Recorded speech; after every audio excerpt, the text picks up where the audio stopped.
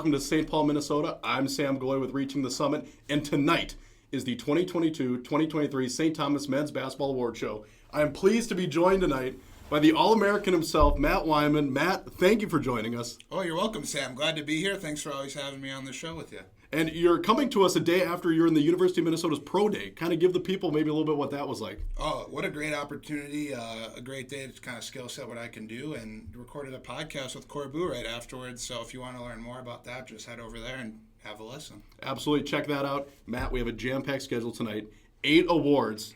So without further ado, let's get into it. Well, a great year for Tommy basketball. 19 wins, tied for 4th in the conference. Really excited to get into this award, starting with the most electrifying play in basketball, Sam. The dunk? The dunk it is. We had plenty more dunks this season and plenty more dunk attempts to choose from. So, without further ado, let's get into the nominees. Parker Bjorklund versus Oral Roberts over 7'5" Connor Vancouver. Kendall Blue versus North Central. Andrew Rohde versus Denver. And a Johnny Lee versus Oral Roberts.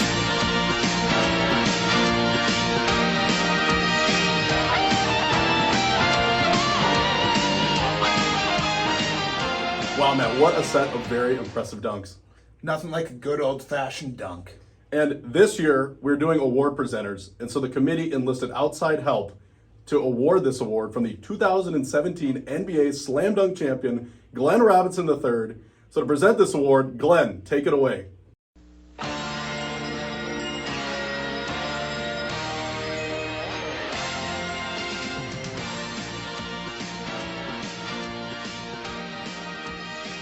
Hey, what's up, everybody? It's Glenn Robinson III, 2017 Slam Dunk, NBA Slam Dunk champion. I'm checking in with Matt Weimann and Sam Goaley. I just want to let St. Thomas basketball know that you guys got a star.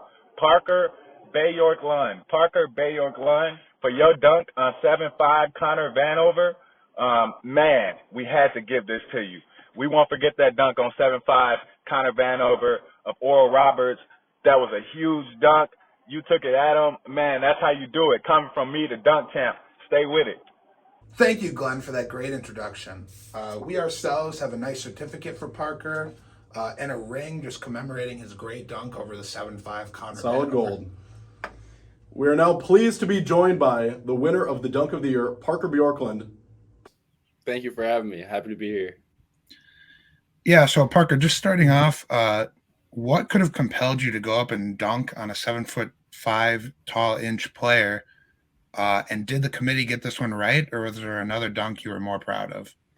I would say the committee definitely got this one right. I'm definitely most pleased with this dunk.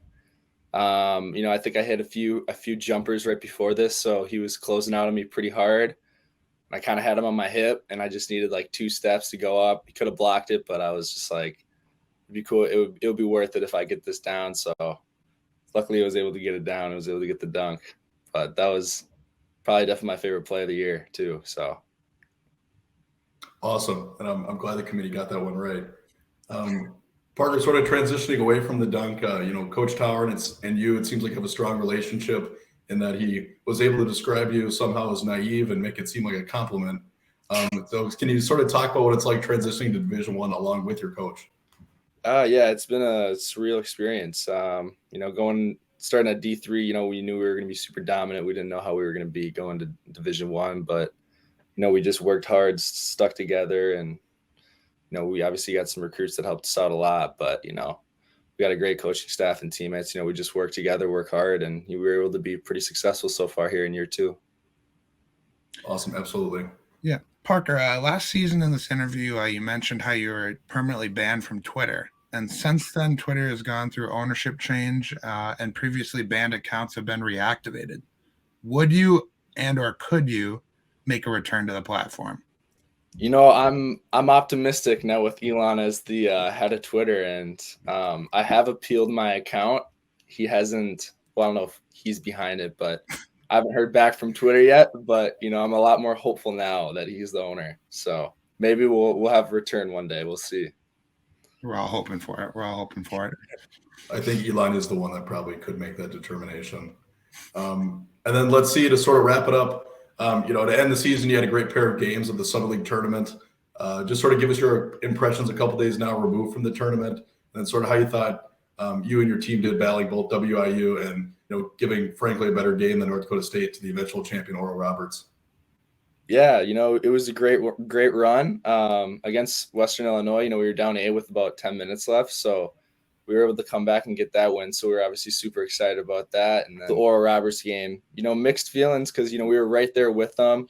But it was like, we've all had these thoughts over the last few days that we could have beat them and we could have made it to the championship. But overall, definitely pleased with our efforts this last weekend. Ton of fun. I've never played a playoff game in my collegiate career, and so have none of the freshmen. So it was a great experience. Obviously, we could have wished it went a different way at the end, but it is what it is. But it was a ton of fun. Awesome. And then a quick clarification: how many points did you actually have against? I think was it Oral Roberts or Western Illinois? Western. Yeah, I had 25 against Western. I think they gave one of my 3-pointers to Rhodey. So me and him were joking about that and, how he was like happy about it. But, we were just joking around, but it is what it is. So. Awesome. We appreciate the clarification. Well, Parker, thank you very much for joining us. Congratulations again on your award. And it's always good to have you on. You're our only 3-time winner of any of our awards. So you are the leader of us officially. So congratulations. Awesome. Cool. Thank you. Thank you for having me, guys. That was fun. Matt, this next award has become, I would say, a fan favorite. Well, I think that is an understatement, as I believe it's our most prestigious award that we offer. This is the award for tallest player. Matt, what does tall mean to you?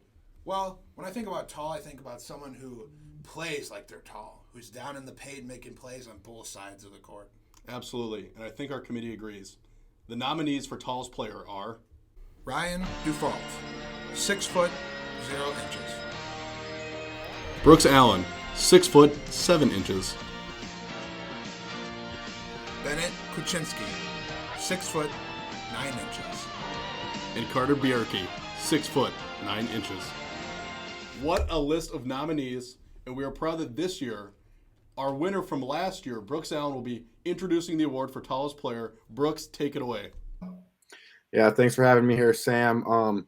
Just once again, want to say thanks for giving me this award last year. It's such a prestigious award. I couldn't be more honored to present it to this year's winner. I actually have it here with me right now. Always keep it on my desk. And with that being said, I'm glad to announce that the 2023 tallest player of the year for the University of St. Thomas men's basketball team goes to Ryan Dufault out of Waseca, Minnesota. Thank you for that great introduction, Brooks. We're glad to see that our past winners know and respect what it means to be an award winner. Absolutely. We have a nice certificate here for Ryan, along with our biggest trophy, very much the tallest trophy, going to the tallest player. Yeah. Congratulations to Ryan, and next year you have to present the award. Matt, this year we saw an improvement not only on the offensive end, but on the defensive end as well. Definitely a large improvement defensively. Last year, that was their biggest weakness, obviously, and they improved greatly on it this offseason, whether it was through new players or a lot through existing players working on their craft. This year for Defensive Player of the Year, we wanted to recognize the people that made that improvement possible. The nominees are Ajani Lee, Andrew Rogan, Brooks Allen, Ryan Dufault,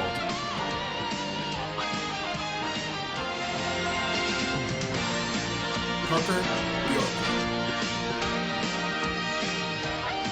5 nominees for that award. That's the most of any award we have tonight, Matt.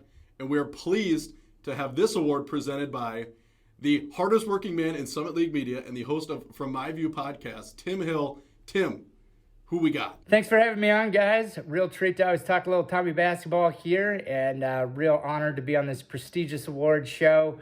As the boys alluded to, I'll be presenting this year's Defensive Player of the Year for the Tommy basketball program, and it goes to a fellow short king like myself, the Doof, Ryan Dufault, a big spark plug off the bench all year long, creating chaos and havoc on the perimeter, often guarded the best opposing player, creating steals, deflections, leading to a lot of transition buckets.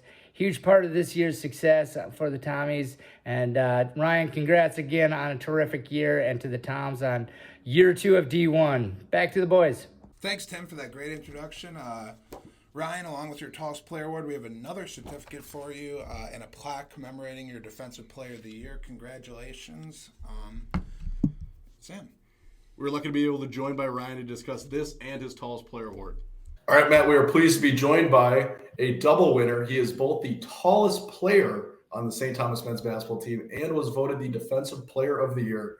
Everyone will please welcome Ryan Dufault. Ryan, thank you for joining us. Thanks for having me. Appreciate it. So Ryan, Coach Tower was also your AAU coaches, and earlier we talked to him about you're famous for your jump pass, but I think we just sort of want you to elaborate a little bit on sort of your relationship with him and what sort of your path was like to St. Thomas. Yeah, well, so I was a junior in high school, I believe, and then sophomore in high school. I started getting texts from him and Will Cheddar, who's now in Michigan. They were recruiting me to come play for Heat because I was on Minnesota Select my 15th year. And, I just from texting and calling Tower, right away, I just knew how good of a guy he was. And he cared about you so much, not just about basketball, but as a person too. And just wanted whatever was best for you. And playing AAU with him, he was probably my favorite coach I've ever had in my whole life. And, as I got the opportunity to come here. So I was I had to take advantage of it and take the challenge they're going D1 now. So I took a challenge, it's working out so far. So it's been a great experience. Awesome. Absolutely, yeah. So this was the first year we saw you in action. You redshirted last year. Can you just tell us what your experience was like and making the most of your minutes you got this season? Yeah, last year it was hard to redshirt, obviously. I thought I could have helped the team last year a little bit, but it's probably what's best for me to I developed a lot. I gained probably 25 pounds coming in from last year, and that helped me a lot defensively because I was able to stay in front of those guards, and they weren't really able to post me up, which is a huge thing in college basketball now. If I was little guard, they'd have the advantage of me in the post every time. So that was my redshirt year was big for me this year, and obviously I'm out there to defend. So, whenever I'm in, I just use those minutes wisely and do whatever I can to help the team stay locked in defensively and get some good energy plays going when I come in. Awesome. And then you sort of mentioned your high school career, but you also played with North Dakota State University's Andrew Morgan in high school. Did that at all help you give your ferocity on the court and then sort of go through that experience, what it was like to play for him in league or play against him in league play? Yeah, me and him we were really close growing up. We did a lot of things together. We played every season together. So, obviously when our first game playing against him was here, it was we had a lot of people from Waseca that were planning on coming up, but the snowstorm kind of interfered with it. So that was unfortunate, but it was so fun to go and play against him and go at him, even though he's a funny dude, I wish we could have played him in the title game. That would have been a crazy experience to say the least. But yeah, playing against him, it was a once in a lifetime for me, coming from a small town of 10,000 Minnesota. It's rare that you'll see two players in the Division I league playing against each other. So, I think it's just good for our city, and it was really fun for me and Andrew to play against each other. Awesome. Yeah. So we saw you come into games, obviously, when team really needed a stop. Do you take pride in your ability to be a nuisance? And did you have a favorite player to guard this year, or a guy you really thought you clamped this year? Yeah, obviously my job was to come in and give energy plays to our team. So, whenever I subbed in, I knew I had to be locked in mentally just to get us on track and then go on a run, hopefully. But yeah, my favorite player to guard in the league was definitely Max. I before the game, that was the most I've ever been locked in at Oral Roberts. It's just, I was a junior in high school, watching him in the Sweet 16, not ever thinking I'd be playing against him 2 years from now, So it was just crazy. I mean, he's a great dude. Like, talking to him, he was such a nice guy, a role model for me, honestly. But yeah, he was my favorite player to guard. And also, Zeke Mayo's a great player. He was fun too. Awesome. I think, speaking for Matt and I, it was really impressive to sort of watch you out there and, give these guys a hard time. Yeah. Ryan, I think that's all we got for you. Really appreciate you coming on, and congratulations again on being the tallest player and the defensive player of the year. Appreciate it. Appreciate you guys. We'll see you. Matt, especially at St. Thomas, basketball is a team sport. Absolutely, but once in a while, one player takes over and really takes hold of the game. Absolutely. This is the award for Best Single Game Performance. The nominees are Brooks Allen versus South Dakota State. Parker Bjorklund versus North Dakota. Riley Miller versus Merrimack. Andrew Rohde versus North Dakota.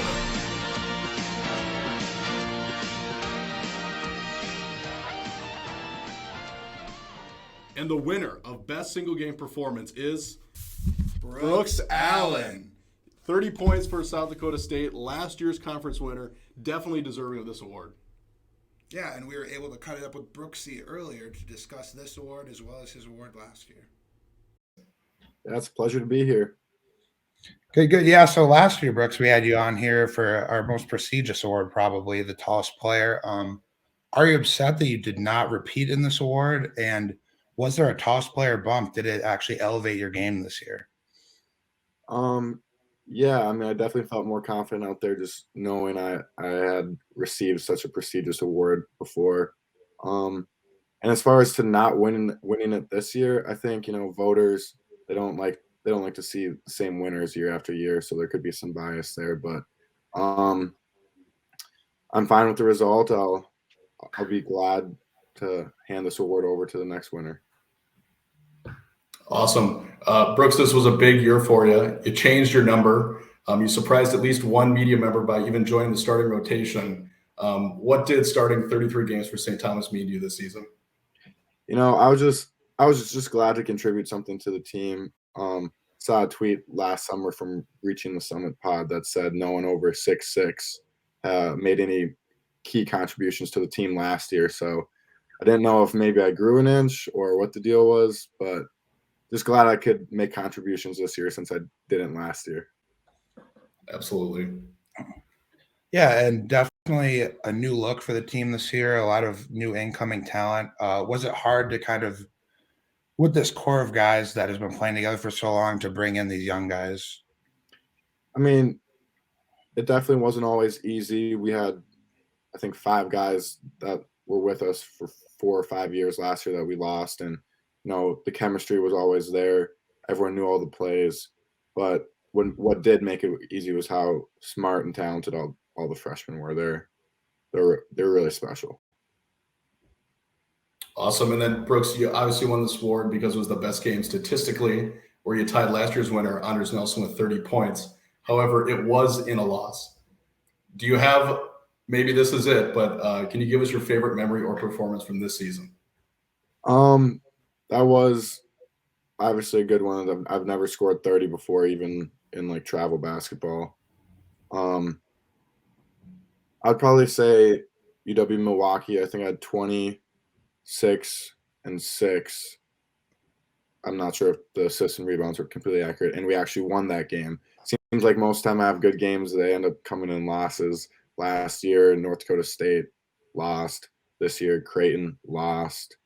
This year, South Dakota State lost. South Dakota had 17, lost. So, yeah, I would say probably just the Milwaukee game besides the South Dakota State game, just because we actually won that one. But, yeah. Awesome. Well, there you have it. That's all our questions for Brooks Allen. Brooks, thank you again for joining us. Yeah, thank you. Matt, we're obviously St. Thomas basketball fans first, but I'd say we're Summit League basketball fans second. Absolutely, especially when it comes to postseason play like the NCAA tournament. Obviously rooting for Oral Roberts to upset Duke. And I don't even know if you can call that an upset anymore. Exactly. In Summit League play, you're going to have performances against you by other players that are just impressive.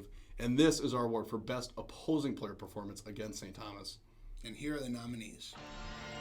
Frankie Fiddler.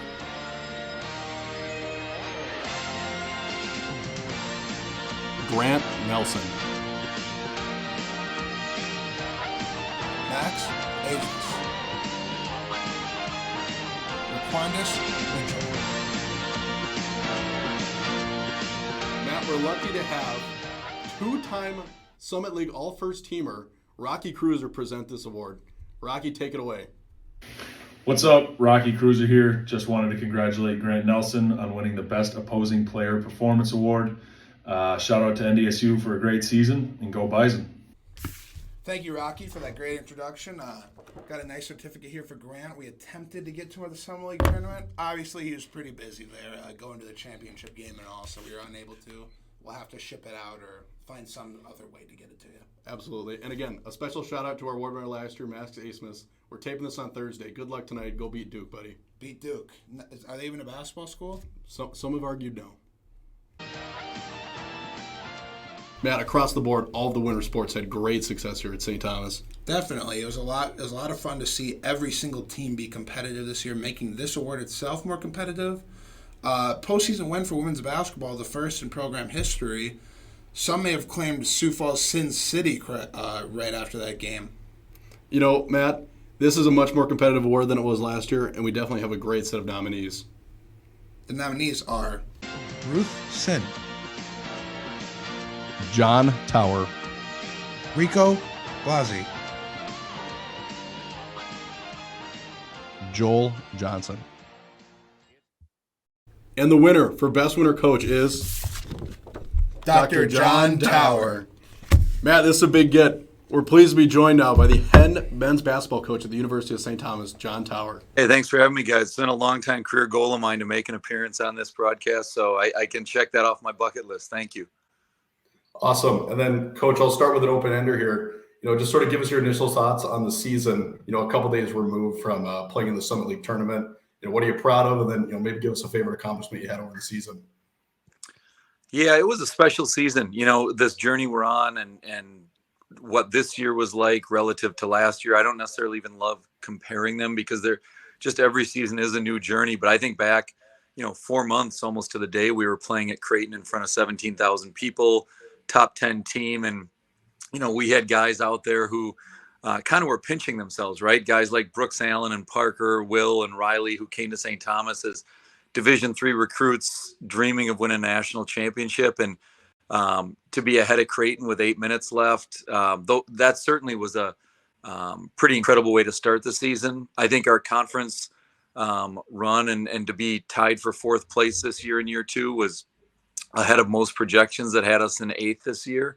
But more than any of the quantitative things, I really think it's the way the guys competed and came together. It was a different team than last year. We had 4 freshmen who came in and they made huge contributions on and off the court. Our veterans were, I think, outstanding both on the court and their leadership. And so just, it's really an organic process that we try to stay away from saying how many wins do we want to have or what place do we want to finish in the conference. It's much more about how are we progressing the culture, how are we progressing the program. And these guys were just a blast to coach. I mean, probably the thing that makes me feel the best is when people watch us play and they walk away and say, these guys look like they love competing and they love playing with one another. Those to me are the two markers that really good things are happening. Absolutely. Awesome. Yeah, and so over the last 2 years, your starting lineups have been littered with older guys for the most part. So what does it mean to you to have guys stay beyond their undergraduate years to play for your program, and what kind of advantage does this give you?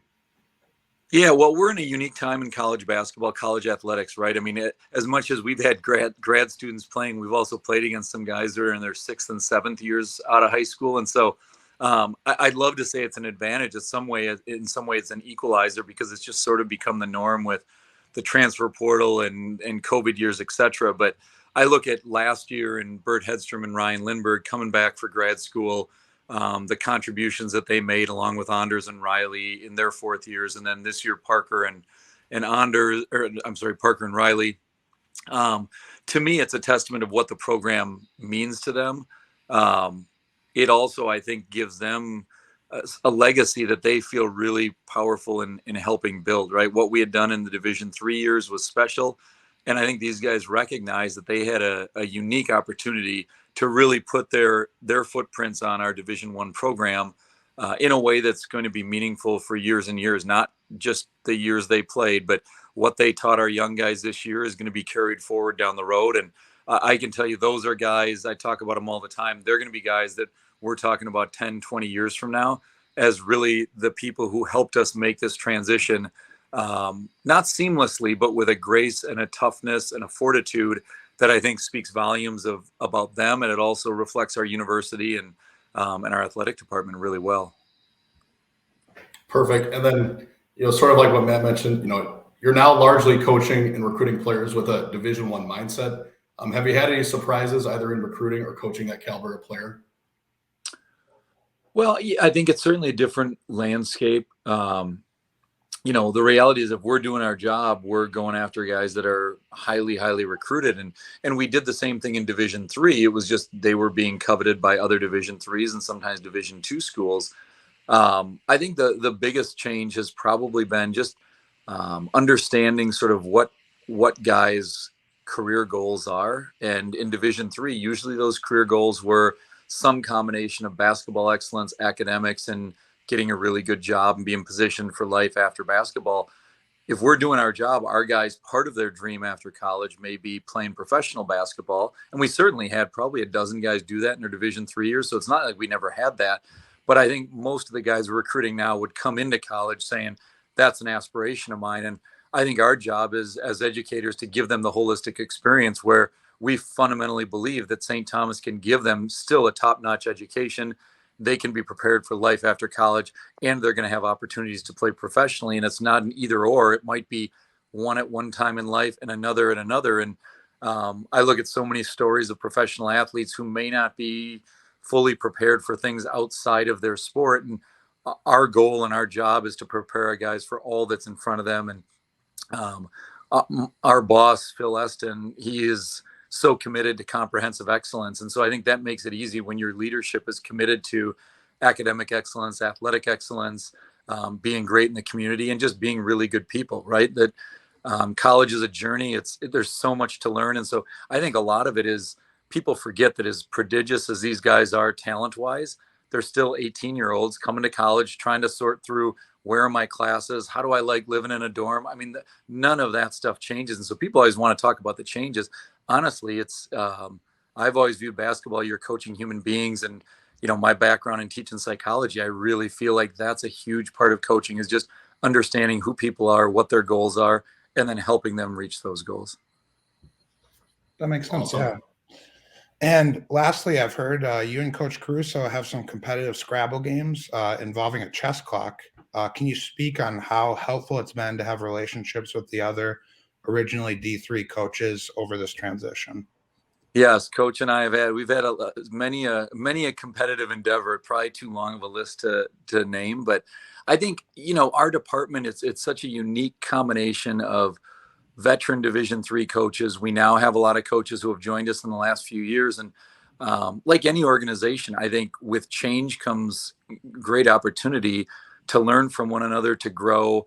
And at the end of the day, whenever I talk with our team, whenever I talk to people about coaching, I think two things are so critical. One is a vision that everybody understands. What are we shooting for?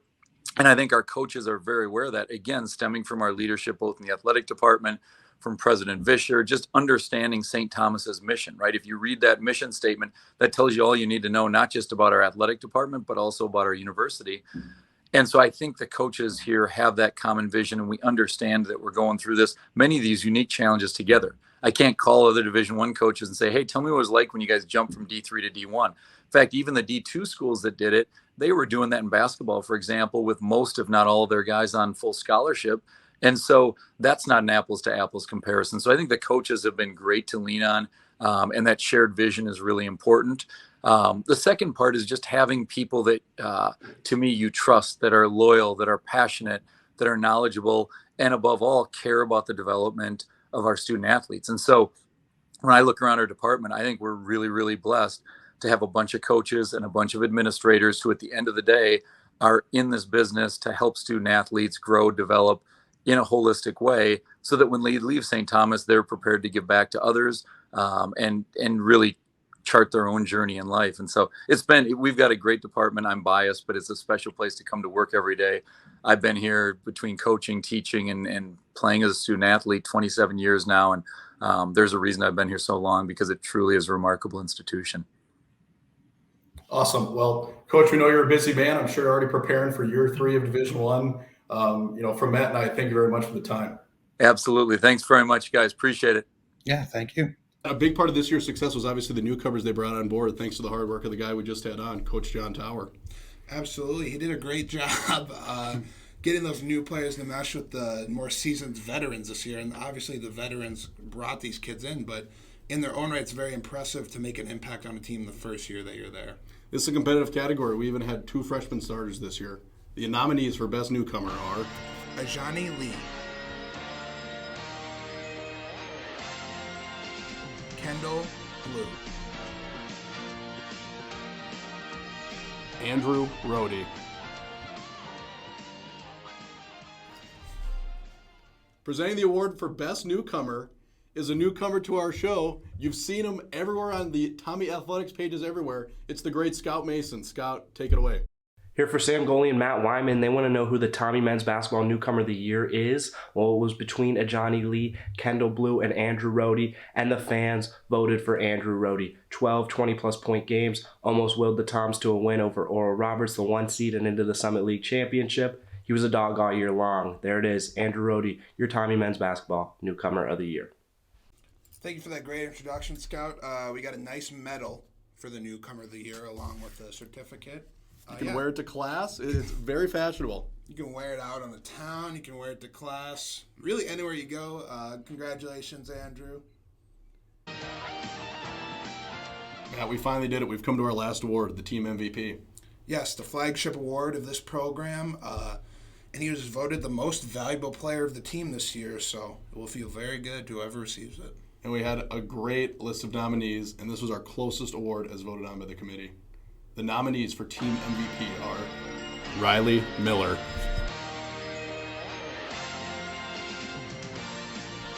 Andrew Rohde, Brooks Allen,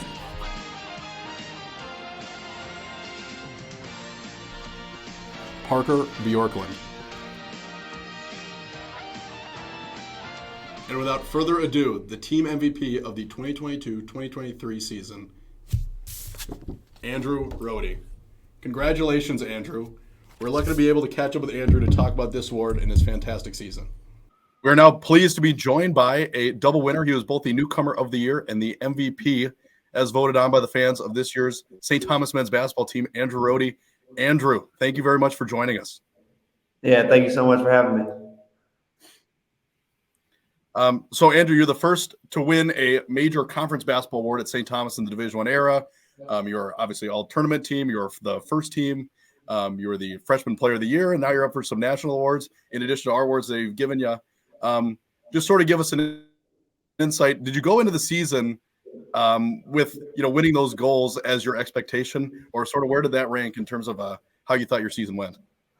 I mean, I didn't necessarily go into the season trying to get like these specific accolades and stuff, but obviously it's a real blessing. I mean, just to win freshman of the year, I think was the biggest one for me. Kind of like, I don't know, going into the season, obviously you want to win that award being a freshman, but I give a lot of credit to my coaches and my teammates because, they kind of brought me in really well, and I know it's a real family aspect here, so they kind of just brought me in and let me do my thing.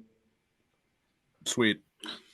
Absolutely. And it's always surprising to see a freshman adjust so seamlessly to the next level.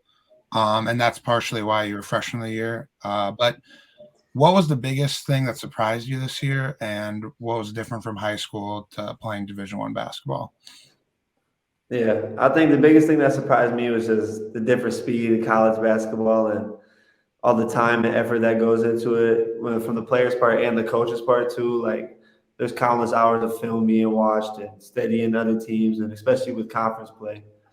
There's just so much unknown stuff that goes into it that once you really get up here, you really see like how much they do and like how much effort and time has to be put in to be a good basketball team at the Division I level. Sweet. And then, Andrew, you start every game you played in, and you were starting with players that had frankly played together for a long time. What was it like sort of fitting in with that group of people? And then it did help and all that you got to play with your high school teammate, Ben, now. Yeah. I mean, it definitely was a little interesting at first, especially because there was 4 of us freshmen coming in, and there was freshmen and then 4th and 5th year guys who have been playing together for years. So it was a little interesting at first. Everybody kind of molded together, but it was just a process, and time and communication went along with all of that. So they really brought us in really well and taught us kind of the way and all that stuff. But yeah, playing with Benny, I mean, that's like my big brother. So that's a blessing in itself just to be able to do that. So I'm really thankful to have that. All right. Well, thanks for joining us. I think that wraps it up. Awesome. Well, Andrew. Yeah. Thank you. Appreciate you guys. Thank you, Andrew. And once again, congratulations on a great season. And with that, Matt, we've come to the end of our award show. That it does. And it's a sad reality that we're at the end of this thing. I really enjoy taping it with you every year. And just wanted to say thank you to everyone who helped make this possible. From our sponsor, Uncle Charlie, thank you for putting up with us. Putting your name on this. To all the players and Coach Tower for coming on the show with us. We are extremely grateful. That's what makes it great. Colin from the USD Athletic Department for setting up all the interviews. Once again, all of our presenters. And lastly, Matt Weimann, I hope that when you make the NFL, you make the time to come back and do this with me again next year. I'll always make the time for this. It's one of my favorite times of the year. Really look forward to next year and a great season for USD basketball next year. Awesome. And with that, we're done. King, and the second chance is good. Boy, Mason Miller's been important. He's knocked down 2 threes there. He kept the ball alive, crashing the glass. Allen, crowd silencing triple. And he puts the finger to his mouth to shush the crowd